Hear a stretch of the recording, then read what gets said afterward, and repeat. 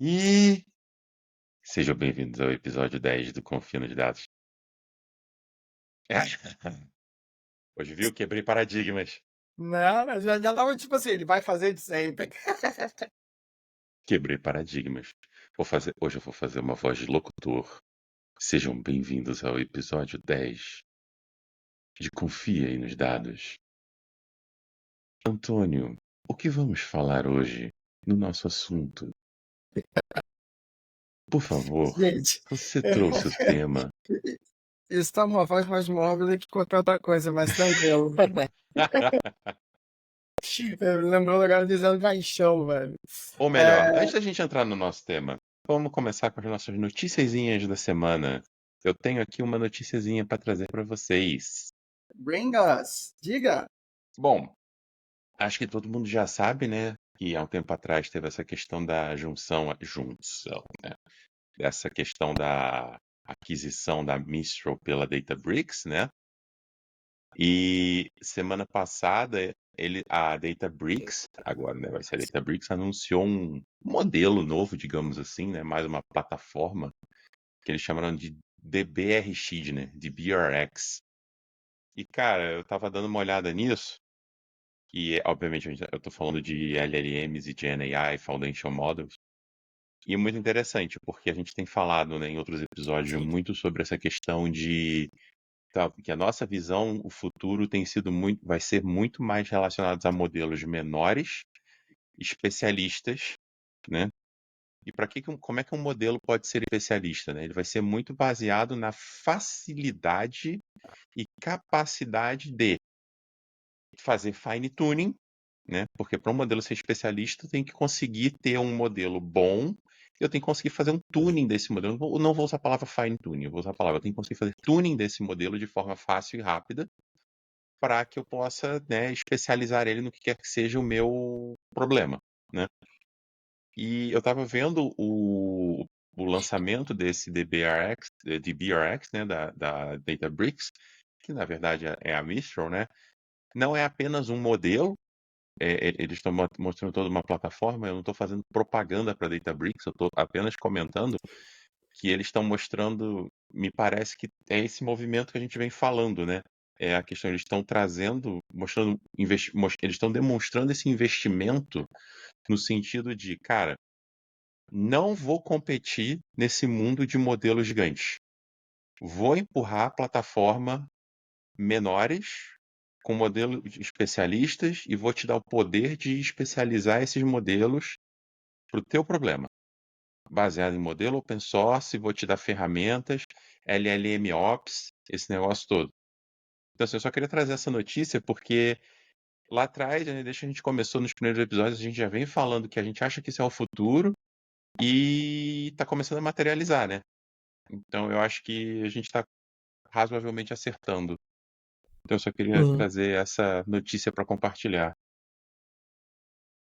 Adicionando a isso daí, até falando dessa questão dos pequenos modelos, né, vamos chamar assim, a Apple também lançou, não, na verdade anunciou, né, ao lançamento de um modelo que veio associado a um artigo que não é de fato da Apple, mas está ali com os autores, né, são 7 pesquisadores da Apple, então a gente já consegue ali assumir algumas coisas. Mas o grande objetivo da Apple não é disputar com o OpenAI, Anthropic e outras, e sim criar um modelo que seja capaz de ser executado em um smartphone, por exemplo. Né? Principalmente no iPhone, óbvio. Vai ser um modelo de código fechado, não tenha dúvida disso. E o grande objetivo é isso, né? Eu consigo executar localmente dentro do meu iPhone para resolver problemas internos do meu dispositivo, né? Isso é uma coisa que a gente já percebe o caminho, o rumo que as coisas estão tomando, né? Que é modelos para uso pessoal, né? Vamos dizer assim. Então, para finalidades pessoais. Então, uma coisa que provavelmente vai acontecer. Não acredito que a Google vai ficar atrás, né? Eu até acho que em algum momento o Android vai usar ali o Gema ou afins para tentar associar ali a plataforma e ter soluções dessa natureza, né? E até meio que criar uma plataforma nova, né? Trazer a possibilidade de, a partir do iOS e do Android, eu conseguir criar aplicativos que utilizam esses modelos da plataforma, né? Vamos dizer assim. Na Então tem verdade já um. tá? Porque assim, o Uhum, S24 que lançou agora, ele já trouxe um monte dessas funcionalidades de forma local. Ele só não aham, deixou explícito o termo de usar LLMs, né? Mas assim, uma das uhum, grandes coisas que ele trouxe é a questão dele não precisar de cloud para fazer N funcionalidades de AI que antes uhum. você precisa de cloud para fazer, né? Ele só não divulgou assim essa questão de Lançaram dar um um modelo, né? nome a um modelo, etc e tal, né?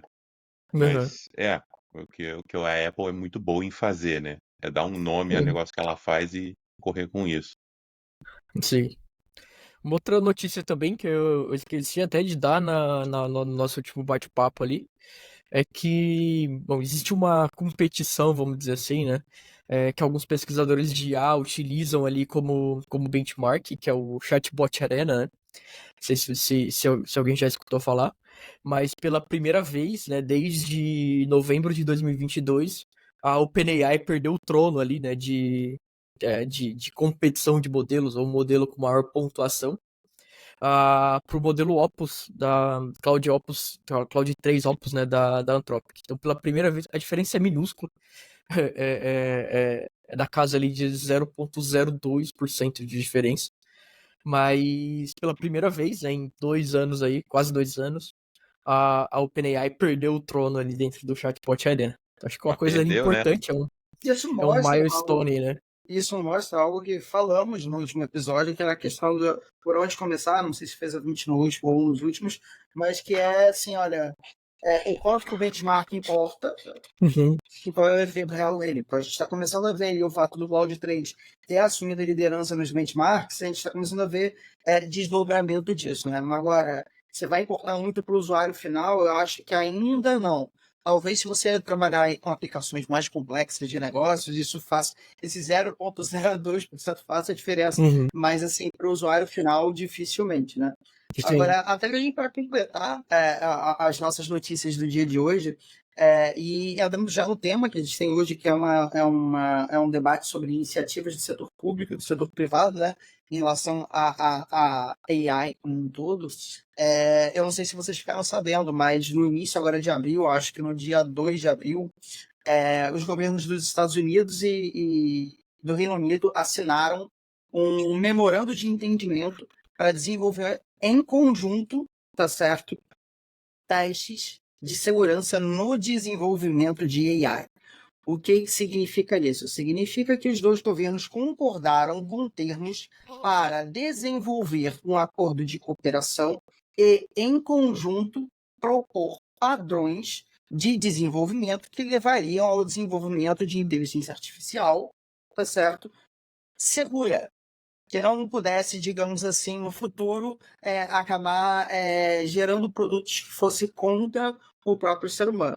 Antônio, isso significa que nós não vamos ter mais fake news baseadas em inteligência artificial? Não. Não deixa sua criatividade viajar tanto assim, meu amigo. Mas significa que a gente já começa a ver os governos se movimentando aí, principalmente no que tange a preocupação com a segurança do que vem a partir da inteligência artificial. E que é um tema que diversos setores da sociedade já vinham comentando, vide a greve que houve nos roteiristas de Hollywood, né? Então, é isso. Eu acho que é um passo importante e é um passo que já nos joga diretamente no tema de hoje, né, Marcos? Isso aí, Antônio. Então, aproveitando, vai lá, oficializa aí qual é o nosso tema de hoje. Eu sei que você acabou de O, falar no- ele aí no meio, mas vai lá, oficializa. o tema de hoje é inteligência artificial no setor público e no setor privado. O que muda, como é que é feita a governança, se existem já projetos, como que tem sido a recepção desses projetos. Então, público versus privado. Como que a inteligência artificial joga nesse meio de campo? Bem, pergunta número um. Quem aqui já trabalhou com algum projeto público? Cara, nesse momento eu tenho trabalhado com um projeto com um cliente público, né? É, mas eu nunca tinha trabalhado. Primeiro projeto que eu trabalho com clientes públicos. Eu sempre trabalhei no setor 100% privado. Tem diferenças, né? Mas, assim, eu acho que vocês vão ter mais, vamos dizer assim, know-how aí pra falar sobre as barreiras sobre um projeto público. Como meu campo é atuação técnica, eu não vou me meter ali na parte comercial, nas dificuldades, barreiras que existem, né? Bom, eu já trabalhei em alguns projetos que envolviam alguma entidade. Já trabalhei para uma fundação pública, mas assim, nunca envolvendo inteligência artificial. Eu digo mesmo, eu já trabalhei em projetos públicos, não trabalhei para empresas públicas, mas já Uhum. trabalhei em projetos de tecnologia, em questões relativas a editais e tudo mais, né? Então, assim, eu sei bem quais são os entraves que levam, né, a uma demora, digamos assim, quais são os grandes problemas que vêm, né, de nascem projetos assim. Então, acho que dá para a gente inferir bastante do que pode vir a ser os grandes dificultadores da adoção dessas tecnologias no setor público como um todo também. Uhum. E até tem algumas coisas ali que eu acho que vale a pena até dividir, né? Porque, primeiro, tem empresas de capital misto, tem empresas 100% públicas e tem setores públicos, né? Eu acho que são três coisas diferentes, porque a gente vê a inovação surgindo de forma diferente nos três setores, né? Então, quando a gente fala, por exemplo, empresa de capital misto, Banco do Brasil, Petrobras, são empresas que a gente vê a inovação chegando muito mais rápido, não necessariamente porque tem envolvimento privado, mas também porque estão em mercados mais competitivos, né? E exatamente por isso tem capital misto. Em contrapartida, a gente tem aquelas empresas 100% públicas. A gente vê isso muito em companhias de saneamento, por exemplo. E o terceiro ponto, que são os setores públicos. Então, a gente está falando do Poder Judiciário, por exemplo, a gente está falando de sei lá, uma prefeitura, um governo do estado, né, o governo federal, e como cada uma dessas coisas tem as suas diferenças. Não só de IA, né, mas de inovação como um todo, mas aqui sempre olhando para a IA, né? Bom, para além disso, que você comentou, quando a gente fala de setor público também, o setor público puro, em geral, ele passa por uma necessidade de aprovação de leis, de criação de estratégia pública, né? Uhum. Inclusive, a gente já vê aí alguns governos tendo lançado uma estratégia, uma abordagem estratégica, literalmente para moldar o futuro digital e o futuro de inteligência artificial. Como exemplo, a própria União Europeia, que lançou um programa chamado Europe's Digital Future, tem até uma propaganda bonitinha. Foi um programa que foi lançado já em 2018, né? Mas que envolveu as questões de inteligência artificial mesmo, digamos assim, mais ou menos nos últimos 2 anos apenas, Uhum. mas que recentemente até criou um escritório próprio para discutir apenas temas de inteligência artificial. Tá? Então, Uhum. assim, a gente vê essa discussão no governo, tá? Quando a gente fala de setor público populista, né? Um pouquinho mais lenta, mas passando primeiro por ok, vamos fazer uma abordagem geral aqui, vamos entender quais são as diretrizes do governo, quais que vão ser as abordagens estratégicas relacionadas a isso. Uhum. Tanto é que, por exemplo, quando a gente vai para alguns dos países que têm maiores avanços em termos de governos digitais, como a Eslováquia, a gente já viu que a gente já consegue ver, por exemplo, que a Eslováquia lançou, tá certo, uma plataforma nacional para o desenvolvimento de AI, uma plataforma independente, não relacionada com a associação de grandes empresas privadas. Tá? Uhum. Então, por isso que quando a gente fala de setor público mesmo, de governo, acaba que o desenvolvimento fica um pouco mais devagar, Uhum. digamos assim. Assim, né? Acho que a gente pode entrar até em alguns méritos, porque eu acho que o perfil de inovação ele mudou muito nos últimos anos, né? Isso acontece também porque a gente tem empresas da iniciativa privada que têm tamanhos de governo. né? Então, ou tamanhos próximos ali de governos, né? Então, isso faz com que o investimento privado ele seja muito maior hoje em dia do que ele era há 50 anos atrás, 60 anos atrás, em que, vamos dizer, aí, 99% de tudo que era criado dependia da iniciativa pública tá botando dinheiro ali, né? Mas Então, divide o seu hoje, comentário entre Brasil e mundo. sim, é importante isso, eu Porque concordo. o meu comentário, o meu mindset dessa conversa, eu tô pensando público Brasil. Aham, aham. Não, é um bom ponto. Até porque, pensando no Brasil, público ou privado, vamos dizer assim, iniciativa de IA praticamente inexiste. É só adaptação do que vem de fora, né? Então a gente não tem grandes empresas de inteligência artificial, ou pelo menos não que tá tomando a iniciativa de criar coisas novas. A iniciativa pública tá um pouco perdida ainda, né? Tentando regulamentar isso tão perdida quanto tenta regulamentar a própria internet, né, há alguns anos. Então, eu acho que assim, a iniciativa pública e privada dentro do Brasil ainda está engatinhando para entender as aplicações disso. Eu acho que principalmente a iniciativa privada tem tido grandes avanços na aplicação de inteligência artificial, mas ainda no desenvolvimento de soluções ainda está um pouco atrasada, vamos dizer assim. E eu acho, cara, que nem vai chegar nesse ponto, tá? Eu acho muito pouco provável de a gente ter empresas brasileiras criando coisas interessantes de inteligência artificial, E, eu- ferramentas, modelos, etc, tá? Vou fa- Eu e vejo muito aí mais vem, aplicando. Só vamos fazer um aí vem as shout-out minhas antes. Sabe, vamos fazer um shout-out antes aqui pro Maritalk. é, Não, cara, essa seria a primeira quebrada que eu ia tacar no argumento, né? uhum,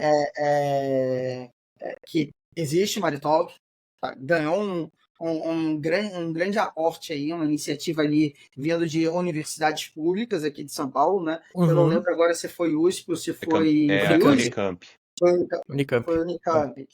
Que, tipo, cara, um modelo bem interessante e realmente treinado na língua portuguesa, né? Uhum. Essa seria a minha primeira pergunta, porque a gente vê coisas interessantes surgindo, talvez não alcancem tanto a mídia quanto ChatGPT, outras iniciativas privadas, internacionais, etc. Mas talvez isso aí também esteja relacionado à nossa síndrome de vira-lata, né? Tudo que está lá Cara, de fora sempre parece mais interessante. Agora, a minha segunda pedrada a você é o seguinte: talvez a gente não veja iniciativas se transformando em produtos, mas uhum. há discussão nacional, há debate nacional sobre Sim, isso. sim. Tanto é que em 2021 o NCPI lançou a Estratégia Brasileira de Inteligência Artificial. É um documento bem completinho, bem bonitinho, que fala inclusive sobre governança, uso em setores produtivos e tudo mais. E esse documento começou a ser revisto em dezembro de 2023. Eu acho que assim, o problema não é a ausência de debate, mas é como que Não. essa demora transforma esse debate em produtos que possam melhorar resultados do setor público. É o Uhum. meu. Pô, tem. Aproveitar para trazer um ponto assim sobre isso, né? Tipo, a minha visão sobre essa questão está muito mais ligada à questão processual de como funciona uma contratação pública. E é tipo, eu já vivi mais de uma vez um processo de contratação pública. Porque assim, cara, é muito comum do momento de concepção ao momento do negócio começar a acontecer, cara, passarem-se 5 anos, às vezes 6. Então, cara, no mundo da tecnologia, nem preciso falar de IA, não. No mundo de tecnologia, isso é uma vida. Então, Uhum. como você mitiga isso? Essa que é a minha pergunta. Porque pensa, a gente está hoje em 2024, vendo essas coisas todas. Se o cara hoje quiser abrir um edital, vamos pensar assim, se hoje, digamos uma prefeitura, um governo estadual ou o governo federal, quer abrir um edital para se usufruir de alguma tecnologia que hoje está em voga aí, para alguma coisa, ele abre o edital. Primeiro, ele vai ter que saber o que que ele quer fazer, que é o primeiro grande desafio que Uhum. todo mundo aqui sabe que esse é o grande desafio que a gente tem no dia a dia com essas coisas. Cara, o que que eu quero tirar com isso? Porque uma das nossas grandes dores do dia a dia cara, a gente não trabalha diretamente com produto, a gente trabalha com pesquisa antes de qualquer coisa, quer saber, cara, vai dar resultado ou não vai, né? Então, Uhum. assim, como você abre um edital para algo que você não tem exatamente certeza do que vai sair dali? Primeiro desafio. Segundo desafio é, beleza, digamos que a gente consiga. Tá, eu vou em 2024 abrir um edital baseado em tecnologias, conceitos e outras coisas mais, que quando esse edital for acontecer, nada disso vai existir mais. Eu não vai mais nem ter suporte para as coisas que eu pedi. E aí? Se bobear, não vai ter nem mais profissional que sabe daqueles negócios. Tipo assim, imagina o seguinte: se a gente for tentar colocar isso na realidade, o edital, teoricamente, nem saiu ainda e ele estaria pedindo o cara que trabalha com. Ele estaria pedindo algo que trabalha com o Da Vinci, aquele modelo Da Vinci, por exemplo. Se a gente fosse tentar Uhum. fazer trazer para a realidade. Isso assim, eu ainda estou sendo generoso, porque o Da Vinci ainda é bem novo, entre aspas, né? Então, assim, essa, na minha visão, é a grande dificuldade dessa coisa toda. Não estou nem entrando nos outros problemas do público, mas é a. Assim, eu concordo com você, mas eu acho que o problema não é só Não, tem a outros. questão da contratação. E eu Sim. falo isso porque é o seguinte: eu conheço profissionais excelentes, muito bem capacitados, que estão hoje no setor público, tá? Mas que não entendiam nada de inteligência artificial generativa, tá? E por causa de, tipo, olha, não temos como contratar uma pessoa especialista nisso, pegaram profissionais internos, alocaram alguns, inclusive esse profissional do qual eu tô falando, e ele tá estudando e tá, tipo, entendendo. Agora ele já entende um bocado de inteligência artificial generativa, porque há essa pressão por um desenvolvimento no setor público relacionado à inteligência artificial generativa. Nem que seja um chat.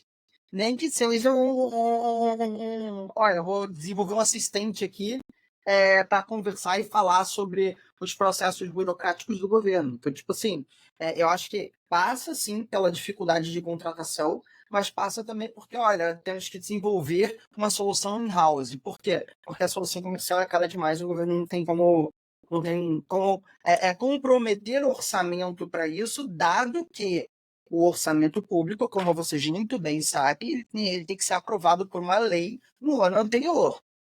Então, tipo, eu quero utilizar em 2024 um recurso para IA, eu tenho que ter aprovado ali na lei de alocação de recursos de 2023 o uso de recurso para isso.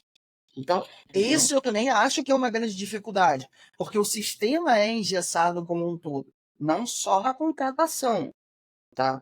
Mas até mesmo no desenvolvimento, na alocação de recurso e tudo mais. A gente não tem muita área para, tipo, inovar. E aí entra no lado do seguinte: como você. E aí é uma pergunta que eu faço, porque eu não sei. Por exemplo, a gente vê essa dificuldade até no nosso dia a dia em empresa privada. Como o desafio que a gente tem com quando a gente precisa de recurso cloud, né? Porque a própria empresa privada ela tem que fazer o orçamento para o ano seguinte. E o orçamento do ano seguinte ele tem que ter uma previsão de crescimento. E aí você fala, cara, eu vou precisar da cloud X com, porra, GPU. Ah, pô, mas isso é caro, não estava previsto no orçamento. Às vezes você negocia e tal, não sei o quê, puxa aqui, você consegue.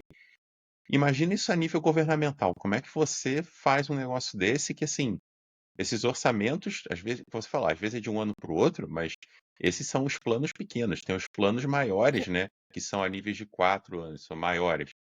Como você. Aí eu não tô nem falando, eu não sei. Tipo, como você faz essa gestão? Porque, por exemplo, a nível governamental, você tem N outras questões de segurança de dados, soberania, etc. Eu não estou falando de Gen AI, não. Eu estou falando de aplicações de AI como um todo. Quando eu falo AI aqui, eu Uhum. estou querendo englobar tudo, desde uma regressão linear, tá, gente? Estatísticos, matemáticos, não me xinguem, Uhum. tá? Eu estou falando de tudo, qualquer coisa aqui que a gente aplique, qualquer conceito matemático e estatístico que requeira poder computacional e que a gente vai querer hoje em dia, assim, muitas dessas coisas estão migrando para a cloud, né? Então, assim, a gente sabe que muitas vezes as pessoas querem reutilizar um parque computacional que está parado, que muitas vezes já é antigo, E até pode dar para reutilizar uma coisa ou outra, mas muitas dessas coisas novas exigem hardware novo, que não dá para reutilizar coisa antiga. E aí, Uhum. como você adapta isso, né? Então, assim, para mim Cara, é o outro lado também desse desafio, né? eu vou quebrar aqui em algumas respostas, Ainda porque bem que é isso que você vai acabou entrando em quebrar. vários temas. Oi? Ainda bem que é isso que você vai quebrar. Você falou, eu vou quebrar, que eu falei, meu Deus, o que tu vai quebrar? Não, eu vou quebrar em algumas respostas aqui, porque só para não perder a linha ali, né? Mas primeiro respondendo essa sua pergunta, ô Marcos, é fato isso, né? Que as empresas estão caminhando para soluções cloud por causa dessa questão de infraestrutura, o custo de manter uma infraestrutura é muito alto, né? São poucas as empresas que têm condição de fato de manter uma infraestrutura própria e com qualidade. Muitas vezes a gente vê infraestrutura própria com baixíssima qualidade de infraestrutura de dados e até mesmo com condição baixa de processamento. Quando a gente está falando de governo, tem uma infraestrutura gigantesca e absurdamente grande, né? Principalmente quando a gente está falando do governo brasileiro. E quando a gente vai para soluções cloud, a gente tem um problema, cara, muito grande, que é a questão da soberania, né? Então, geralmente, o que a gente vê são governos usando cloud pública para pequenas soluções. E isso quando a gente está falando de empresas de capital misto, principalmente. Eu não vejo isso em setores 100% público, né? Tipo, o judiciário da vida. Isso ainda garantindo aquelas questões de infraestrutura local, né? Infraestrutura brasileira. Então, putz, eu tô com um serviço aqui que tá na Azure, mas é a Azure que tá com o data center lá em São Paulo. Não posso ter esses dados em, sei lá, né, no sul dos Estados Unidos, né, por exemplo. Mais uma coisa que eu tenho visto bastante é a utilização de infraestrutura brasileira, do governo brasileiro, utilizando soluções de software de terceiro, né? Por exemplo, a OpenShift, ela tem uma tecnologia de embarcar soluções cloud numa infraestrutura on-premise. Então eu consigo ter toda aquela solução cloud que eu teria numa cloud pública, só que tá tudo sendo executado on-premise. Aí você vai me falar, putz, mas a gente ainda assim tem um problema que é a questão do processamento de inteligência artificial que demanda alto nível de GPU, por exemplo. Cara, sim e não, né? Por que sim e não? Geralmente, as soluções que a gente está falando aqui não são soluções mirabolantes de coisas super transformadoras que eu vou precisar rodar um GPT-4 dentro da minha solução local. Eu estou falando de um modelo pequeno, um Llama 2, entendeu? Isso Um você deu um Mistral. passo lá na frente, você tá falando de GenAI. A Sim, gente, sim.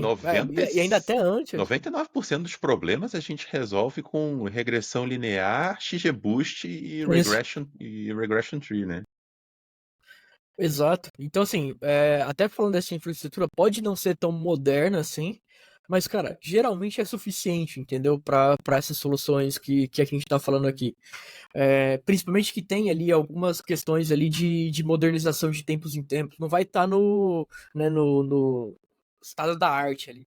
Mas geralmente tem condição e o que eu vejo são realmente essas soluções. Inclusive, é uma solução bem interessante, né, vamos dizer assim, porque eu tenho a vantagem de ter a solução de software que eu tenho numa cloud pública, mas olhando para uma infraestrutura on-premise e eu fecho tudo ali dentro do meu da minha solução localmente, né? Eu acho que quase todas as clouds têm essa solução, que é rodar, né, a solução on-premise como se fosse uma aplicação, vamos chamar assim.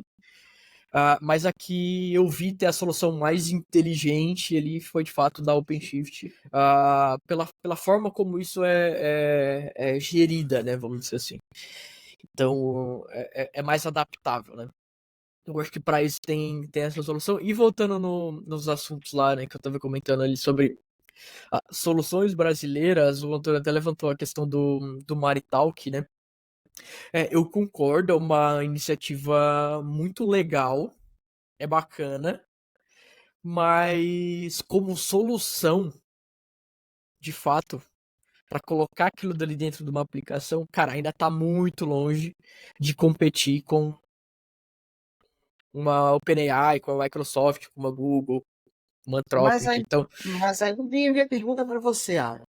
Tem que competir ou tem que ser uma solução de nicho? Porque se você parar para pensar que a maior parte dos grandes modelos, a gente já discutiu aqui nesse canal no passado, que a uhum, tendência é as empresas partirem para cada vez modelos mais nichados, mais segmentados, uhum, menorzinhos e que reajam mais rápido. Partiu do pressuposto que essas grandes empresas já devem fazer esse movimento para modelos menores. Segundo, que esses grandes modelos, mais conhecidos como o chat GPT-4, o Claude 3 e tudo mais, são modelos que não são treinados nativamente em português. E você uhum, percebe isso quando você cria dois prompts, um em português e um em inglês, conversando sobre o mesmo tema, na mesma tecnologia, você vai uhum. ver que as respostas variam muito de qualidade. Em inglês é muito melhor do que em português, tá? Sim, Será sim. que o Maripol ele tem que ir para Eu, disputar eu mercado com acho o que eu chat posso GPT ou ele pode ter até. uma solução de Eu até vou pegar um pouco dessa resposta. Acho que o Aaron quis dizer por isso não é nem o fato de competir por qualidade.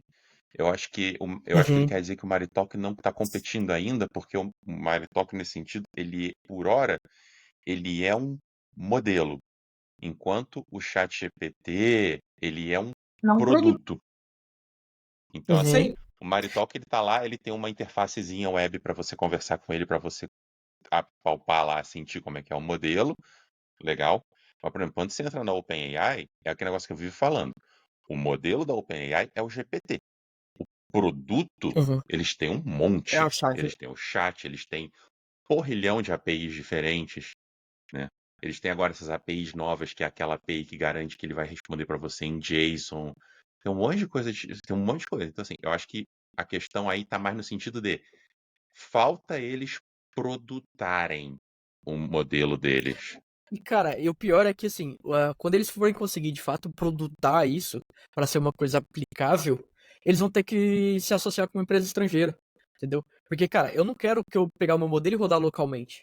Eu quero pegar o meu modelo e rodar na Azure, eu quero rodar no Google Cloud, eu quero rodar na AWS, porque a minha solução tá inteira lá. Minha solução Se inteira tá associar, no, entendeu?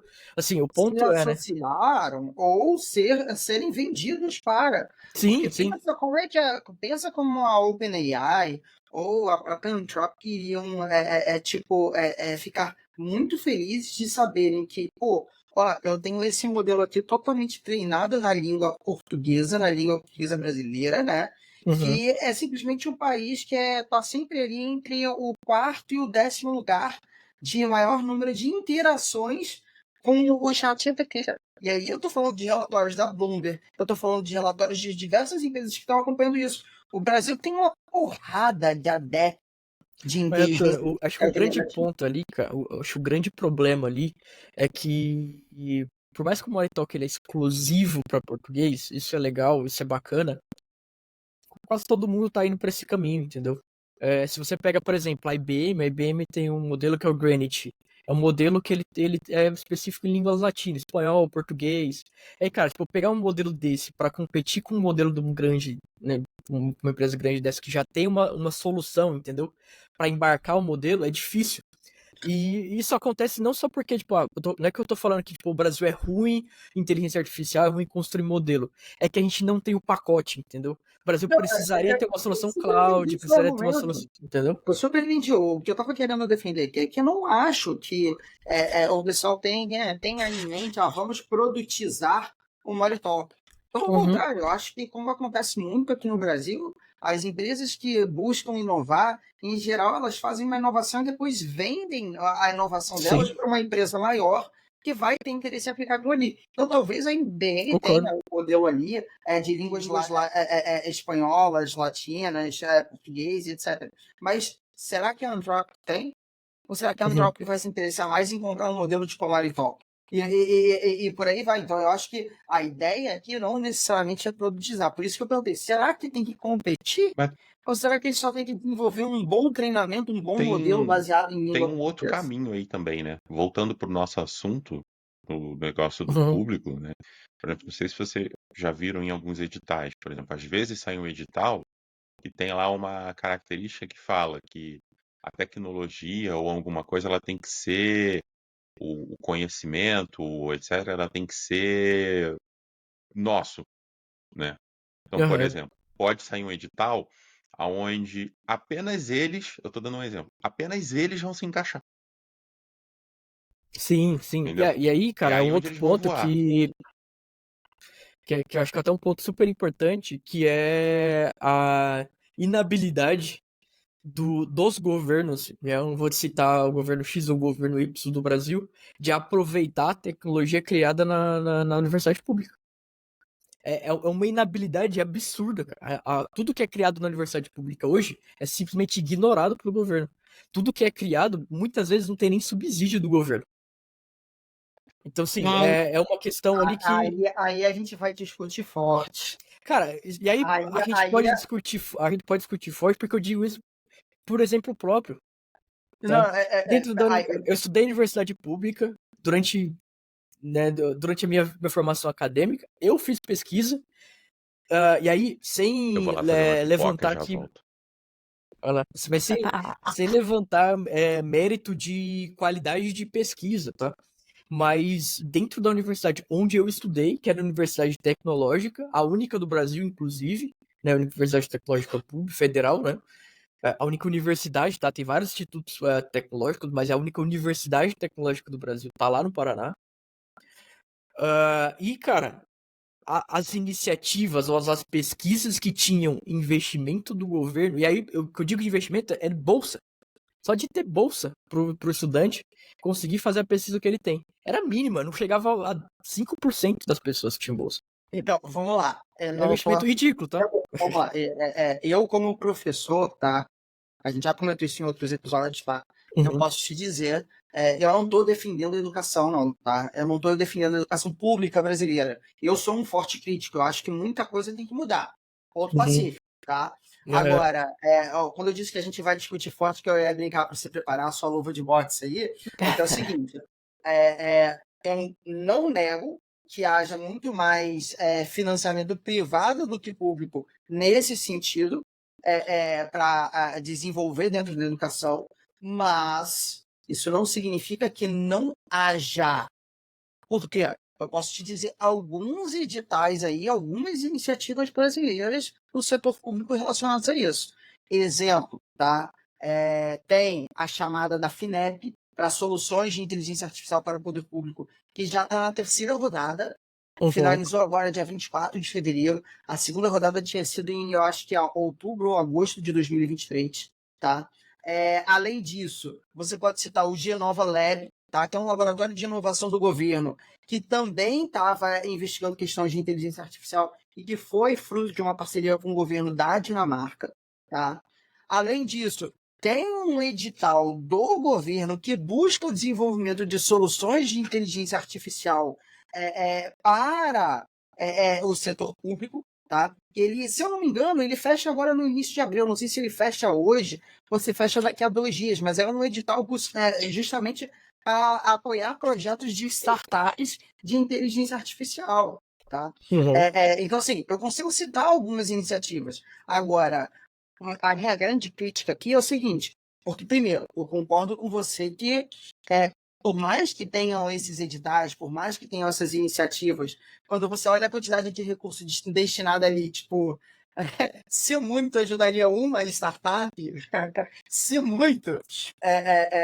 A minha grande crítica aqui é o seguinte, olha, eu sei que tem o privado, ele tem muito mais dinheiro sobrando para isso, mas também a gente não faz comunicação, propaganda sobre esses editais, sobre essas iniciativas. Então, eu sei que tem iniciativas no setor público, mas quantas pessoas mais sabem? Só aquele cara que é viciado que fica acessando o site da FINEP? Mas, cara, Só até. aquele cara que fica Deixa, viciado me dá, acessando o site do posso governo só colocar digital? um, assim, eu Vai lá. não estudei em faculdade pública, eu não participei da parte de pesquisa.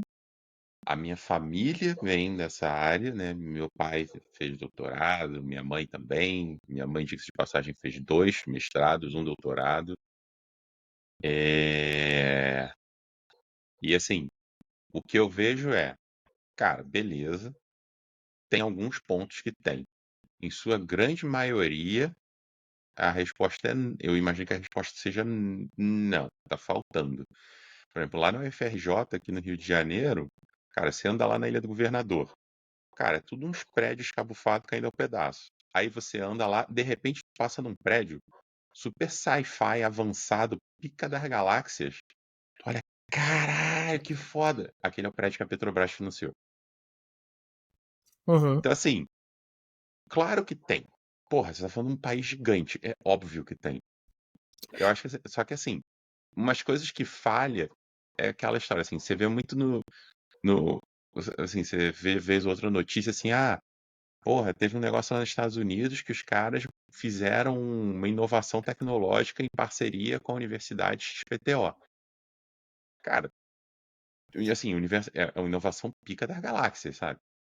O nosso, assim, você não vê Uhum. muito isso, sabe? A gente Não, falha muito esses incentivos. E porque a gente aqui realmente não tem muito essa visão de investimento a longo prazo, porque isso é investimento a longo prazo, né? É de incubadora. uhum.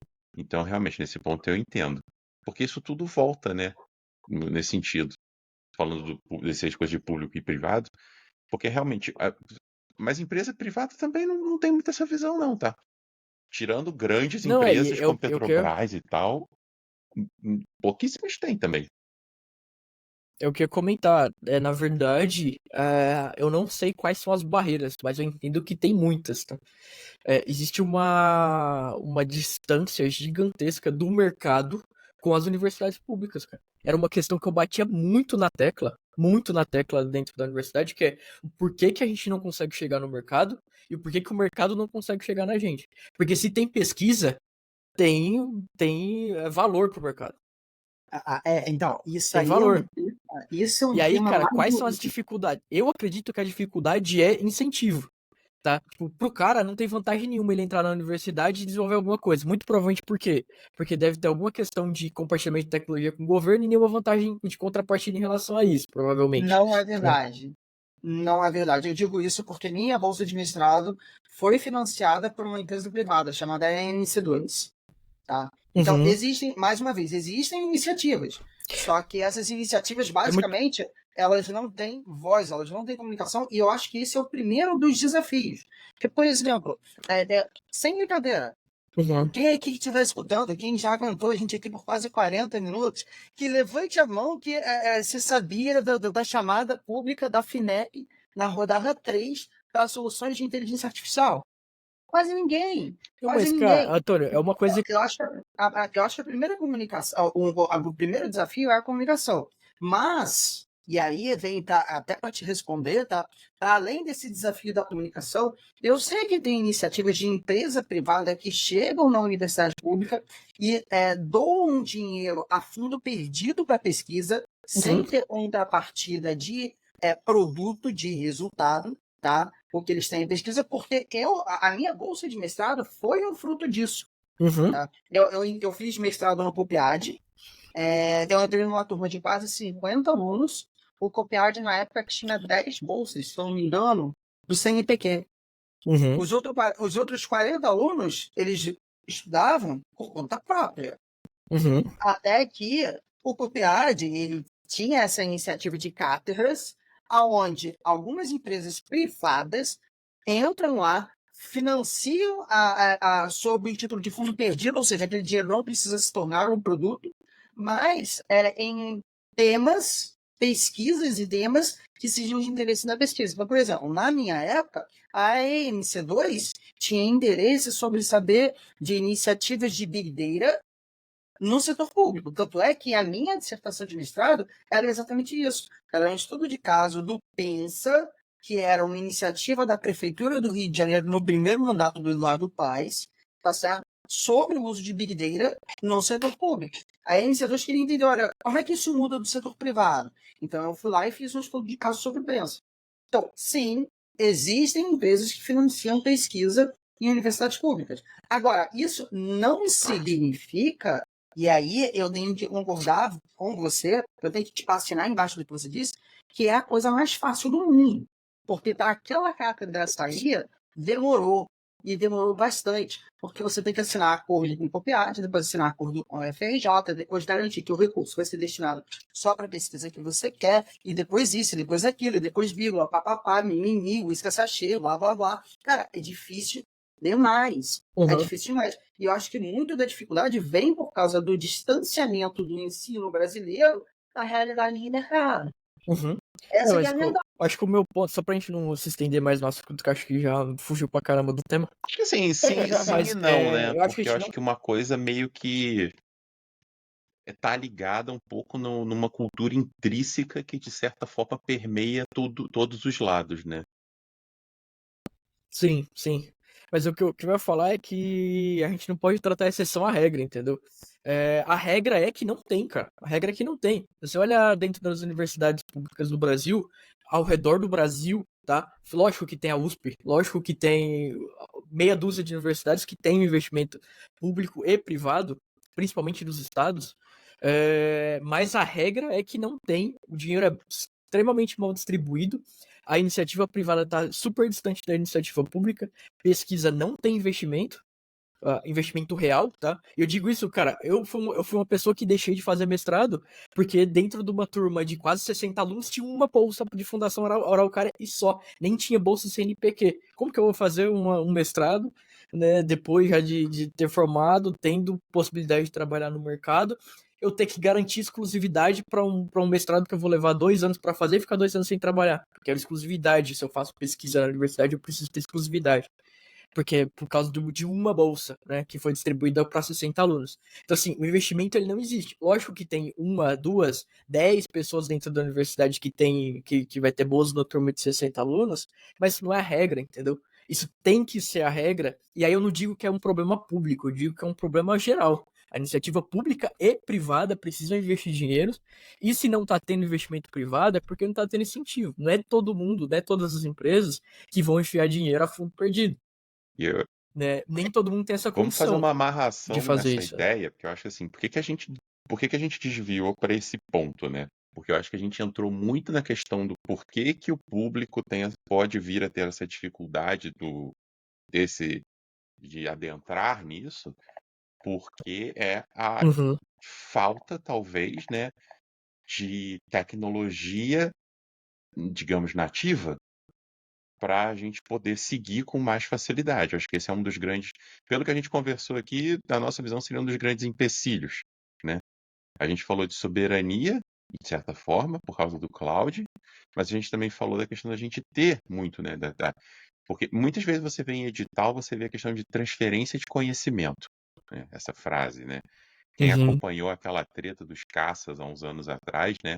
Lembra que foi muito falado na imprensa o termo transferência de conhecimento, né? Isso é muito comum em edital uhum, você ver transferência de conhecimento.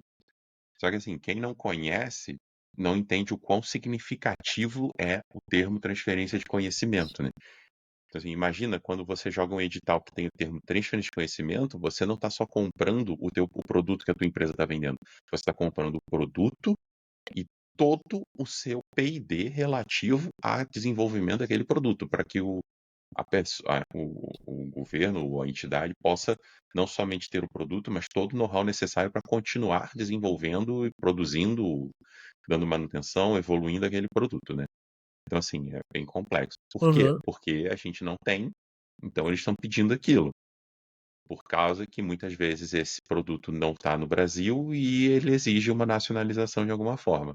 Então, eu estou só falando isso porque isso amarra muito no que a gente está falando aqui de necessitar trazer, certas vezes, essa tecnologia de fora, né?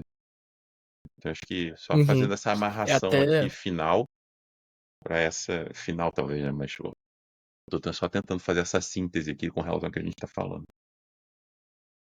até para deixar claro, né, que não é que no Brasil não existe pesquisa, né? Não existe pesquisa, não existe volume de pesquisa incentivado financeiramente. Mas pesquisa tem pra caramba. Se você olha, o Brasil é um dos países que mais publica artigos científicos de tecnologia do mundo. Né? Não só pelo tamanho do Brasil e a quantidade de pessoas, mas é um dos países que mais publica artigos científicos de tecnologia, de inteligência artificial no mundo. O ponto é que esses artigos, essas pesquisas não têm investimento nenhum do governo. Né? Boa parte delas ali a recurso próprio ou grupos de pesquisa que trabalham ali a custo, sem ganhos, né, vamos dizer assim. Mestrandos, doutorandos e graduandos que fazem pesquisa porque gostam, porque querem estar ali e não E ganham aí nenhum vem real por isso. o. Inclusive, Então, só para concluir, inclusive existem ali visitas, né, vamos dizer assim, a congressos que são bancados ali para dinheiro do bolso de pesquisadores e professores, né? Porque nem isso, né? O cara foi lá de escrever um artigo, às vezes até num congresso internacional, foi aprovado, mas ele não tem recurso nenhum para fazer a viagem ou para se manter ali durante 2 dias de congresso. Ele tem que tirar o dinheiro do bolso, Aí eu vou só fazer né? um. Então é disso que eu tô falando, Aí né? eu quero fazer um adendo a isso, né? E aí entra um outro problema. O pro- Tem isso, você publica, e aí existe uma outra questão que tem, tem pesquisa para isso, a gente tem dados para isso, que é o êxodo Uhum, de conhecimento, que é a ga- aham, Fuga de isso, cérebros. fuga de É a cérebros, famosa que é fuga de a galera cérebros. boa, uhum. a galera que se destaca, ela não vai ficar aqui se batendo. Ela vai publicar, o cara vai se destacar, vai vir uma AWS, vai vir uma Microsoft, vai vir um Google, vai vir uma outra empresa dessas aí, e vai pegar o cara e vai levar, sabe? Cara, por quê? Uhum. Sabe? Por quê? O cara não vai ficar aqui perdendo tempo, né? Então, assim, isso é um problema sério que não é só do Brasil, não, tá? Tem um monte de outro país que sofre isso. Quando você vê, tipo, porque os Sim, Estados Unidos, porque não sei o quê, eles não estão ali por mérito próprio só, não. É porque eles ficam olhando e eles têm dinheiro. Então, assim, eles ficam procurando no mundo inteiro e pegando essa galera e levando, né? Seja para. sim. Não, eu além, a gente sabe que isso é um problema, porque os programas mais famosos, e a gente pode citar aqui no Brasil, um bem famoso foi o Ciências Sem Fronteiras, ele tinha ali como cláusula de que o aluno que recebesse a bolsa do Ciências Sem Fronteiras, depois que fosse fazer lá o intercâmbio dele lá fora, ou estudar lá fora, ele tinha que voltar e ficar não sei quantos anos aqui em território nacional, trabalhando aqui, justamente para que tivesse algum retorno para o nível nacional. A gente bem sabe que isso era facilmente Contornável. driblado, né? Contornável com uma multa que, cara, quando você se destaca, você vai ganhar um bom salário, você não se incomoda de pagar multa e coisas assim, tá? Eu não tô entrando nesse mérito, mas o ponto que eu tava dizendo, assim, e não é discordando de vocês, eu concordo, tá? Que a iniciativa privada, tem mais recursos, ela é mais forte. A única coisa que eu disse é que temos Sim, iniciativas sim. em território nacional que não são conhecidas por causa de falta de comunicação, por ter falta de propaganda, falta de veicular essa informação. Exemplo dos editais da FINE, exemplo do CUPEAD, da COP, da UFRJ. A gente tem alguns exemplos aí que a gente pode destacar. Agora, eu também fico me questionando muito, que é o seguinte, há uma certa falta de interesse das universidades e da pesquisa brasileira, né, no financiamento privado, porque há muito essa visão do capitalismo vampiresco, com dentinhos e pingando do sangue. Não, eu não quero financiamento privado, não, porque se for financiamento privado, depois a tecnologia é dele, eu vou ter que vender, ele vai fazer isso aqui com tudo, vai corromper minha pesquisa, e depois assim, e cara, isso não é verdade. Tem modalidades que você pode atrair o mercado para trazer o dinheiro para você fazer a pesquisa, tá? Como as cátedras, e esse investimento ser a fundo perdido e só delinear, por exemplo, a temática da pesquisa. Então, eu acho que falta um pouco também de, olha, vamos dar publicidade a essas iniciativas e vamos tentar trazer junto o setor privado, que é onde tem o dinheiro hoje no Brasil, para que ele financie essas É, pesquisas de ponta. A verdade é, hoje, pelo menos com as muitas pessoas do setor privado com quem eu conversei, há uma visão negativa da pesquisa pública brasileira, tá? E com as pessoas do setor público que eu conversei, de universidade e tudo mais, há uma falta de interesse no dinheiro do privado. Então é como aquele negócio assim, olha, a gente não evolui desse estado porque nenhum dos dois lados tem interesse. Quando dá para fazer um casamento bonito aí, os dois lados saírem ganhando. Uhum.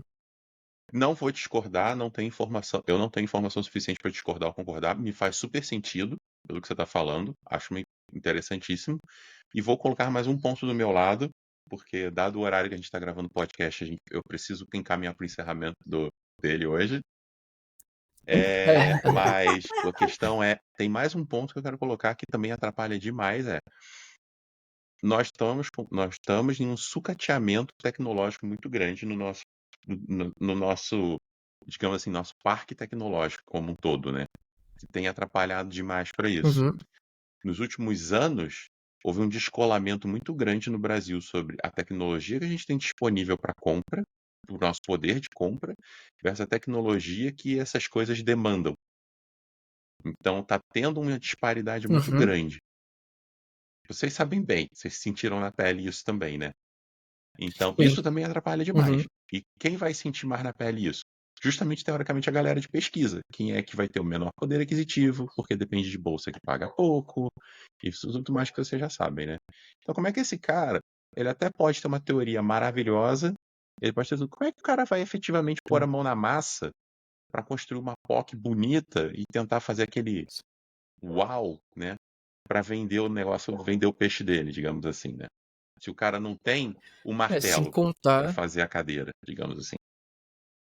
sem contar com os valores das bolsas, que como eu comentei, né, as bolsas elas são de exclusividade, né? Isso significa que você não pode trabalhar para uma outra empresa, a não ser fazer única e exclusivamente pesquisa e ganhar É aquela isso aí. bolsa, né? O valor da bolsa, eu não vou citar valores porque também não tenho aqui o valor real, né? De fato, para não falar um número torto. Mas basicamente é o valor que um júnior ganha aí em tecnologia, nas áreas de dados, nas áreas de tecnologia como um todo, né? É o salário de um júnior, Me vamos dizer assim. corrija se eu estiver Então, errado alguém no júnior comentário, para mas não pleno, deve tá? passar de R$ 3.000. É por aí. É por aí. Os minhas bolsas mais de pós-graduação chega por aí. As de Das graduação não melhores chega nem isso. universidades que está tendo. Ah, ué, Das é. melhores. Não, isso bolsa, é o que eu tô falando, bolsa de pós-graduação, tá? E aí é outra, E né? aí, Tipo, bolsas essas. eu nem cheguei a comentar aqui, né? Por que que eu escolhi não fazer mestrado, não seguir nessa carreira? Cara, quando eu tive a chance de entrar no mestrado, eu já estava trabalhando, eu já era analista. Eu falei, cara, Exato, é. É eu bem isso. não vou perder meu tempo fazendo isso, sabe? Para mim ia ser Uhum. completa perda de tempo na minha carreira ter feito aquilo, sabe? E esse ponto que vocês estão destacando é realmente importante. Eu só comentei também da questão do interesse, porque, gente, mal é difícil, tá? O governo do Reino Unido, por exemplo, lançou recentemente um artigo onde eles destacavam o que eles aprenderam com o primeiro experimento, com a primeira iniciativa deles de Gen AI, que foi o Gov.uk Chat, que era literalmente apenas um chat GPT treinado em cima das burocracias, regras e políticas do governo britânico, para que o cidadão britânico fosse lá e tirasse dúvidas. Uhum. E o artigo falou as primeiras coisas que eles, como entidade governamental, aprenderam. Então, tipo assim, não é difícil. Eu acho que falta, na verdade, um pouco de, óbvio, recurso, como vocês comentaram, mas eu acho que antes disso, interesse. Porque se o mercado privado tem o recurso, bastaria a academia descer da Torre de Marfim e falar assim, tem mercado privado, vem aqui, vamos criar uma cátedra, vamos criar um fundo perdido, tá certo? Você coloca o dinheiro, você escolhe a temática e a gente faz a pesquisa. Uhum. Gente, Sim, sim. falamos muito. Faltou.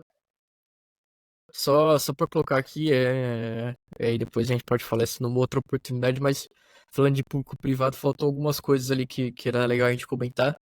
Por exemplo, né, a China, acho que é um elo aí entre público e privado que é importante nessa parte de IA.